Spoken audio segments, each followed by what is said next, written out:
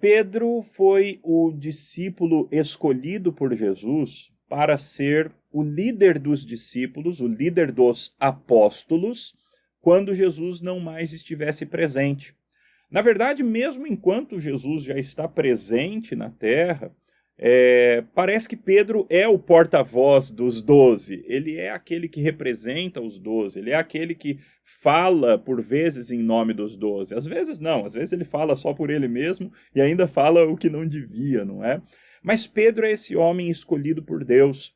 Eu acredito que o texto, tu és Pedro, e sobre esta pedra eu edificarei a minha igreja, embora existam interpretações diversas e todas elas com bons argumentos, mas eu acredito que a pedra é Pedro mesmo.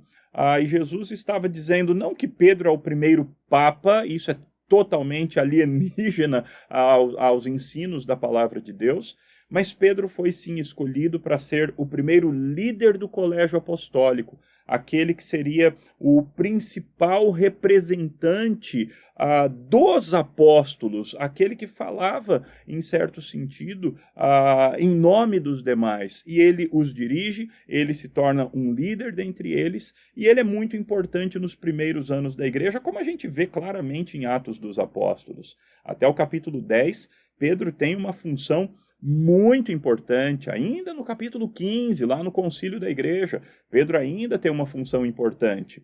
Ali, no entanto, a igreja já começa a se tornar cada vez mais internacionalizada, cada vez mais católica, no sentido de espalhada por todos os lugares do mundo.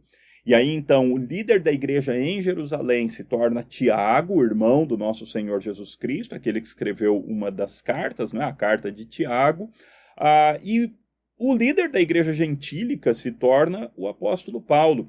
Então, isso por causa de um processo natural de transmissão de liderança. Pedro possivelmente já estava ficando mais velho, já estava ficando mais limitado nas suas ações, no seu ministério, e é natural que a liderança passe para outras pessoas. Então, Pedro foi absolutamente importante nos primeiros anos da igreja.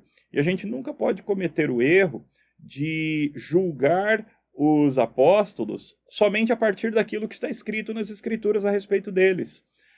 Eles fizeram outras coisas, nós não temos as biografias completas dos apóstolos, então nós não podemos achar que eles fizeram pouco baseado naquilo que está escrito, senão a gente acharia que alguns dos apóstolos não fizeram absolutamente nada, porque a Bíblia não fala quase nada sobre eles, mas este não é o caso. Todos eles foram homens de Deus, líderes escolhidos pelo próprio Jesus e que tiveram um impacto muito importante na história da igreja.